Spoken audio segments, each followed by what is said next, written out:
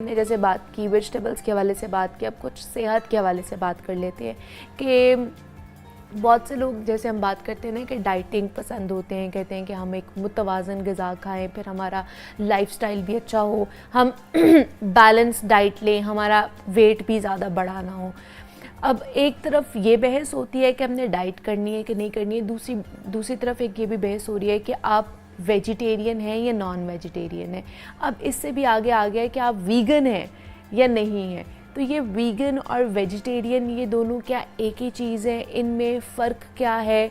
किस तरह पाकिस्तान में रहते हुए आप इन कह लें कि डाइट प्लान को अडॉप्ट कर सकते हैं? इनमें क्या क्या चीज़ें आ जाती हैं? वीगन वाले क्या खा सकते हैं, किन को खाना चाहिए, और वेजिटेरियन जो है उसमें क्या क्या चीज़ें मौजूद होती हैं? तो इस पर बात करने के लिए ईशल साकिब ने आज हमें जो है ना वो ज्वाइन किया है। क्लिनिकल न्यूट्रिशनिस्ट हैं, डाइटिशियन है, तो उनसे बात करते हैं। ईशल, आपको वेलकम कहते हैं। जागो लाहौर में कैसी हैं आप? ठीक ठाक है? मैं ठीक हूँ, आप कैसी हैं? मैं भी बिल्कुल ठीक ठाक। ईशल, आज हमने advantages and disadvantages of vegan and vegetarian diet के हवाले से बात करनी है।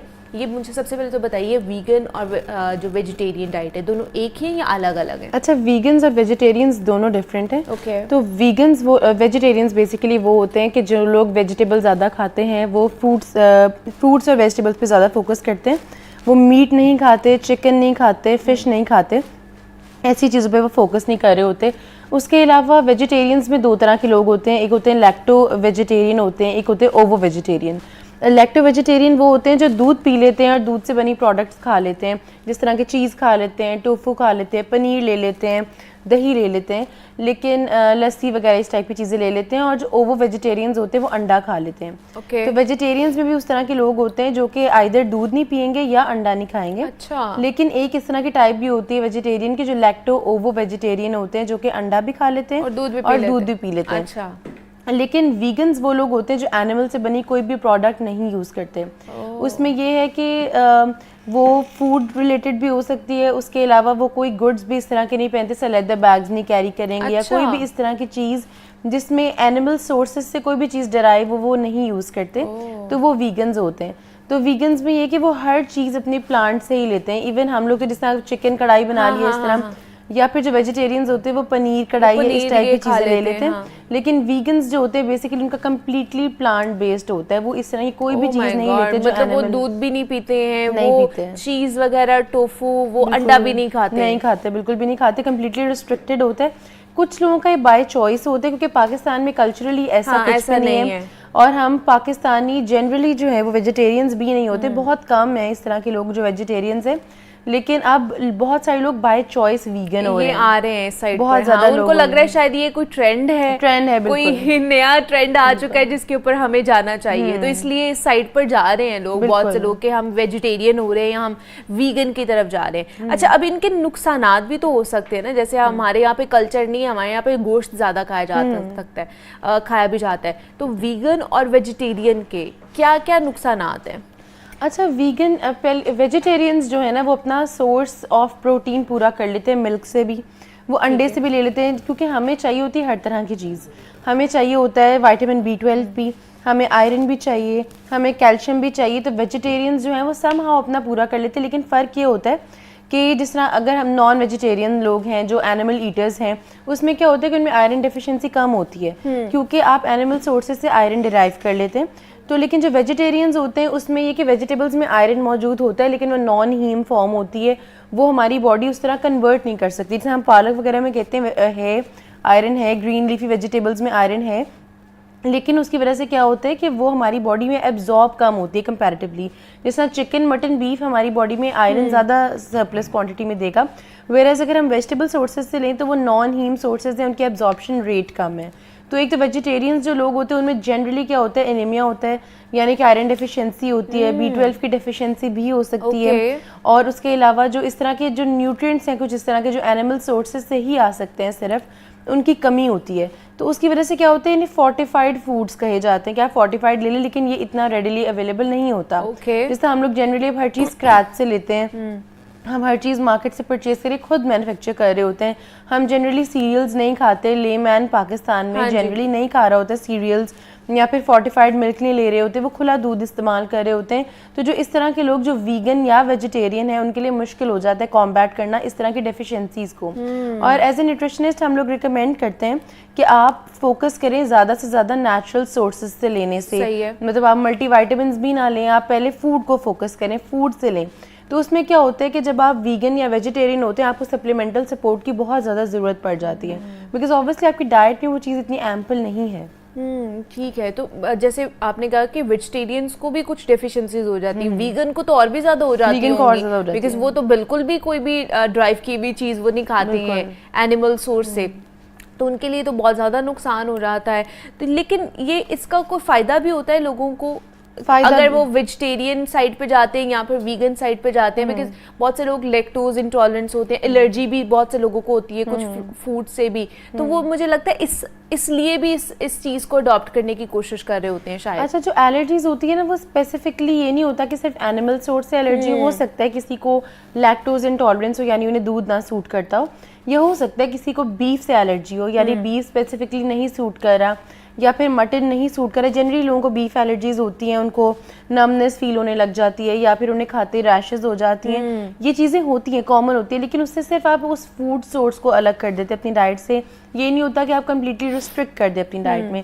इसके हेल्थ बेनिफिट ज़रूर हैं, बिकॉज ऑब्वियसली जब हम एनिमल सोर्सेज से चीज़ें खाते हैं, जब हम मटन खाते हैं, बीफ खाते हैं, चिकन लीन फॉर्म है, लेकिन मटन बीफ स्पेसिफिकली, या और लोग बहुत सारे और भी मीट्स हैं जो लोग खाते हैं, उनमें फ़ैट का कॉन्टेंट बहुत ज़्यादा होता है।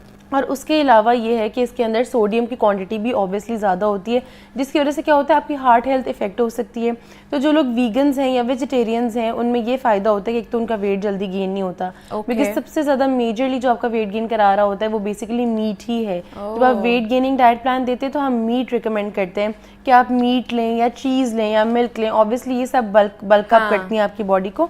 तो वीगन्स और वेजिटेरियंस में जो दूध और ये इस तरह की चीज़ें नहीं लेते, उनमें ये फ़ायदा होता है कि एक तो उनका वेट नहीं गेन होता, सेकंड ये बात है कि उनमें जनरली हार्ट हेल्थ इश्यूज़ कम होते हैं, क्योंकि उनकी कम होते हैं बिल्कुल ऐसे ही है, क्योंकि हमें जनरली जो फैट है वो सोर्सेज से मिल रहा है, मिल्क से, देन मीट से मिल रहा है। आपने देखा होगा कि मीट में भी जनरली चिकन में नहीं होते फैट कट्स, लेकिन मटन में और बीफ में फैट कट्स होते हैं। बल्कि बीफ की बहुत अच्छी क्वालिटी वो होती है जिसमें बहुत ज़्यादा फैट कट्स मौजूद होते हैं, उतना ही एक्सपेंसिव होता है। जितना वो मार्बल्ड होगा उतना वो एक्सपेंसिव होगा, उतनी वो डेलिकेसी कंसिडर किया जाता है। तो इसीलिए उसमें क्या होता है कि फ़ैट कंटेंट ज़्यादा होने की वजह से हमारे हार्ट हेल्थ को ऑब्वियसली डेली बेसिस पे खाएंगे, थ्राइस अ डे खाएंगे, तो वो बहुत ज़्यादा इफेक्ट कर रहा होता है। तो इसीलिए ये चीज़ें मैटर करती हैं बहुत ज़्यादा। जब आप वीगन या वेजिटेरियन होते हैं, आप में ये प्रॉब्लम्स कम होते हैं, लेकिन ऑन कॉन्ट्रेरी डेफिशिएंसीज भी फिर उस हिसाब से ज़्यादा हो जाती हैं। और एक होता है कि certain time, for example 30s के बाद लेडीज़ जो है वो आयरन और कैल्शियम एब्जॉर्प्शन कम हो जाती है बॉडी में, स्पेशली लेडीज़ में कैल्शियम एब्जॉर्प्शन जो है वो कम हो जाती है 30s के बाद, क्योंकि और उसकी वजह से फिर क्या होता है, हमारी बोन्स जो है ऑस्टियोपोरोसिस, ऑस्टियोपेनिया यानी कि हड्डियों का भुरभुरा हो जाना, उनमें से जो है वो ब्रिटल हो जाना उनका, तो इतना स्ट्रॉन्ग ना रहना, ये सारी चीज़ें आ जाती हैं। तो उसमें क्या होता है कि आपको कॉन्स्टेंटली ज़रूरत होती है, और ये सब आपको एनिमल सोर्सेज से ही अच्छे से मिलता है। तो हीम सोर्सेज से आपको अच्छे से मिलता है, इसलिए आपको ज़रूरत होती है। जैसे जैसे एज आपकी ज़्यादा होती है, फिर आप वीगन और वेजिटेरियन होते हैं, तो डेफिशिएंसीज के चांसेस ज़्यादा होते हैं। तो इसलिए आप बैलेंस डाइट लें। बिल्कुल, आप थोड़ा बहुत मीट भी खाएं, लेकिन एतदाल में रह के बैलेंस तरीके से खाएंगे तो आपको फ़ायदा ही होगा, उसका नुकसान नहीं होगा। लेकिन फिर ये जो आयरन की कमी, विटामिन B12 की जो डेफिशिएंसी हो जाती है, ये एक नॉर्मल पर्सन में भी अगर हो जाती है तो ये किस साइड पर लेके जा सकती है, कितना ख़तरनाक हो सकती है ये? अच्छा, आयरन डेफिशिएंसी अगर बहुत ज़्यादा हो जाती है, जैसे स्पेशली अब लेडीज़ में बहुत ज़्यादा होती है, बिकॉज ब्लड लॉस भी हो रहा होता है, तो उसमें ये होता है कि आपको जो है, एक तो आप डिज़ी फील करते हैं, बहुत ज़्यादा आपको लगता है कि चक्कर आ रहे हैं, खड़े हुए हैं चक्कर आ गए हैं, बहुत ज़्यादा आप फोकस नहीं कर पाते काम पे।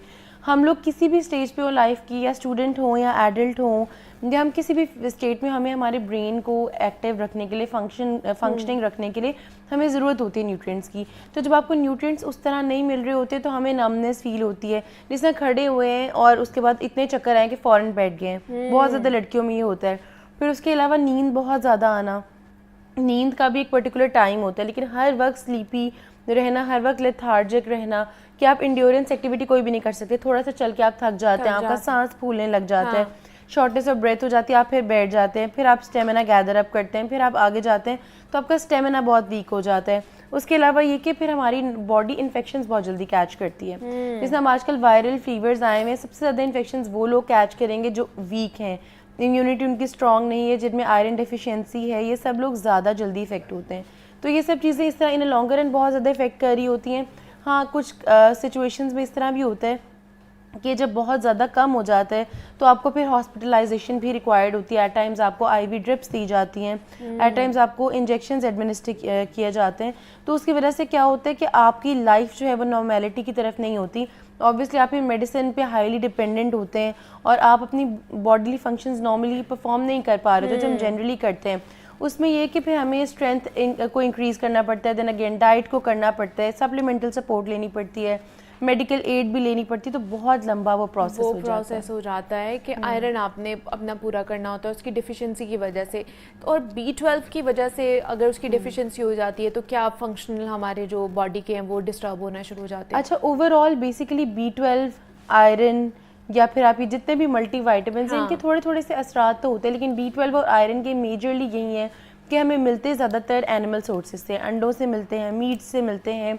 और ये सब चीज़ें जो हमें एनिमल सोर्सेज से मिल रही होती है ना, इनकी जो न्यूट्रिएंट्स डेफिशिएंसी से ये प्लांट सोर्सेज कॉम्बैट नहीं कर सकती। इसकी वजह से जो वीकनेस होती है, जिस तरह की B12 डेफिशिएंसी से ये भी हो सकता है कि अगर आपके फॉर एग्जांपल बाल भी इफेक्ट हो सकते हैं। चलिए B12 की डिफिशिएंसी